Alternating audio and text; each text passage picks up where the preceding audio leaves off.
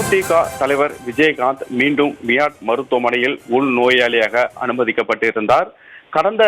2 வாரங்களுக்கு முன்னதாக சென்னை நந்தம்பாக்கத்தில் இருக்கக்கூடிய மியாட் என்ற தனியார் மருத்துவமனையில் உள்நோயாளியாக அனுமதிக்கப்பட்ட அவர் தொடர் உடல்நலக் குறைவு ஏற்பட்டு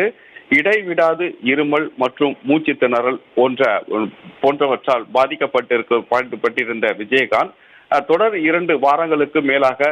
முழுமையாக சிகிச்சை பெற்று உடல் நலம் தேறி வீடு திரும்பிய அவர் கடந்த 1 வார காலத்திற்கு மேலாக வீட்டில் தொடர் மருத்துவ கண்காணிப்பில் இருந்து வரக்கூடிய விஜயகாந்த் இன்று பிற்பகல் உடல்நலக் குறைவு ஏற்பட்டதன் காரணமாக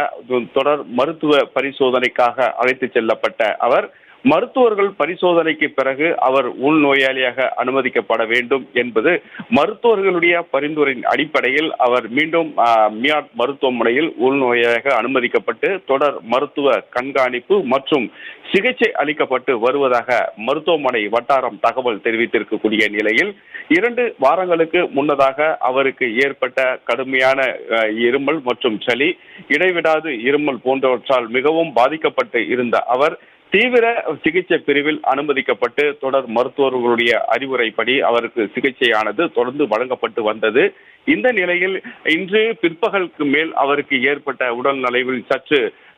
குறைவு ஏற்பட்டதன் காரணமாக அவரை பரிசோதனைக்காக அழைத்து செல்லப்பட்டு மருத்துவர்களுடைய முழுமையான கண்காணிப்பு பரிசோதனைக்கு பிறகு அவர் உள்நோயாளியாக அனுமதிக்கப்பட வேண்டும் என்பதை அடுத்து அவர் மீண்டும் உள்நோயாளியாக அனுமதிக்கப்பட்டிருக்கிறார். அங்கு இருக்கக்கூடிய மருத்துவர்கள் அவருடைய குடும்ப நல மருத்துவர் தொடர்ந்து அவருக்கு தேவையான மருத்துவ சிகிச்சை அளித்து வருவதாகவும் தகவல் வெளியாகி உள்ளது. செய்திகளை உடனுக்குடனும் துல்லியமாகவும் தெரிந்து கொள்ள சப்ஸ்கிரைப் பண்ணுங்க.